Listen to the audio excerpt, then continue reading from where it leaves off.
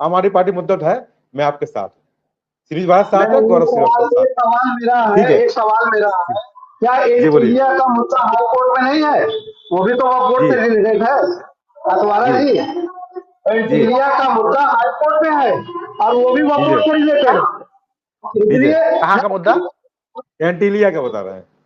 अंबानी जी का जो अंबानी का जो घर है एंटीलिया, उसका मुद्दा बता रहे हैं जी। हाँ, अच्छा, एंटीलिया का मुद्दा जो है। जी जी अच्छा, जी। वक्फ बोर्ड जहाँ चाहेगा वहीं बता देगा कि मेरा है। खैर, अब विषय और लंबा हो जाएगा बोलूंगा तो, लेकिन उसका भी जवाब में देता है, लेकिन लंबा हो जाएगा। चलिए ठीक है, चलिए। गौरव भाई के पास समय नहीं है, समय नहीं है। ठीक है। आरिफ भाई थोड़ा अध्ययन करिए, बुरा मत मानिएगा, अध्ययन करिए। चलो ठीक है। आप सभी, आरिफ भाई अब अंत में बोले आप, मुझे उम्मीद रहेगी कि बेहतर तरीके से अगली बार वॉइस आएगी, तो आपका महत्वपूर्ण स्थान होता है और निश्चित रूप से अच्छे प्रवक्ता भी हैं समाजवादी पार्टी के। फिलहाल आप सभी का इस महत्वपूर्ण चर्चा में जुड़ने की धन्यवाद। चर्चा बड़ी महत्वपूर्ण थी और चर्चा यहाँ पर थी वक्फ बोर्ड पर। सबने अपनी बात रखी। जो राजनीतिक विश्लेषक है सत्य अतवारा जी, उन्होंने तमाम चीजें बताई, खुलकर बताई। वेदप्रकाश शास्त्री जी, अनिल शर्मा जी, तमाम लोगों ने अपनी अपनी राय रखी कि वास्तव में व्यवस्था है। खैर, वक्फ बोर्ड का संशोधन बिल यहाँ जेपीसी के पास गया है। जेपीसी क्या करेगी, क्या होगा क्या नहीं होगा, बस समय बताएगा। पर एक बात तो स्पष्ट है कि जब भी अधिकार किसी को असीमित मिलते हैं, उसका नुकसान कहीं ना कहीं होता है।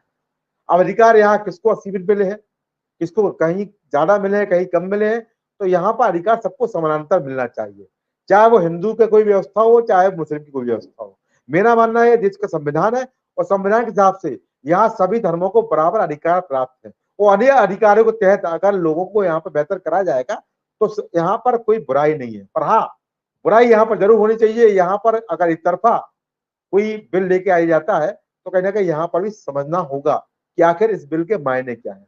अगर बेहतर की तरफ बढ़ रहा है तो तमाम ऐसे संसाधनों का स्वागत है और होना भी चाहिए। पर अगर यहाँ पर एक तरफा एक कार्रवाई के तहत इस तरह की नीति लाई जा रही है तो कहीं ना कहीं हमारे देश के सामाजिक सौहार्द के लिए नुकसानदेह है। हमारा देश विश्व का सबसे बड़ा लोकतंत्र है, लोग उसका अनुसरण करते हैं। तो अनुसरण करने के तहत यहाँ पर हमको समझना चाहिए कि अपने देश की अखंडता, अपने देश के आगे बढ़ने को लेकर हमको जो भी कुछ बेहतर है उसका समर्थन करना चाहिए, ना कि विरोध। तो फिलहाल अभी के इतना ही। देखते रहिए श्री भारत। नमस्कार। The revolution in the travel industry